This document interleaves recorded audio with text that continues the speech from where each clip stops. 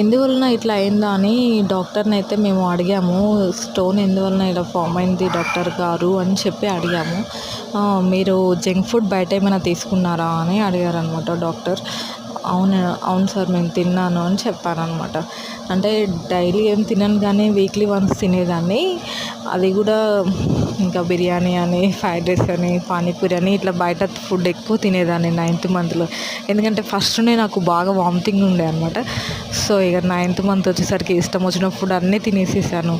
ఇంకా ఎందుకని ఏమో సడన్లీ ఇట్లా ఫామ్ అయిపోయింది. ఇంకా డాక్టర్ అయితే చెప్పారు ఆయిల్ ఫుడ్ తగ్గించాలి, బయట ఫుడ్ తగ్గించేసేయాలి, సరైన టయానికి వాటర్ తీసుకోవాలి, సరైన టయానికి ఫుడ్ తీసుకోవాలి, చాలా జాగ్రత్తగా మెయింటైన్ చేస్తుంటేనే బేబీ అనేది హెల్తీగా ఉంటారు, మీరు హెల్తీగా ఉంటారని చెప్పారు. ఈ మిస్టేక్స్ అయితే మీరు అస్సలు చేయకండి. బయట ఫుడ్ అయితే అవాయిడ్ చేసేసేయండి ప్రెగ్నెన్సీ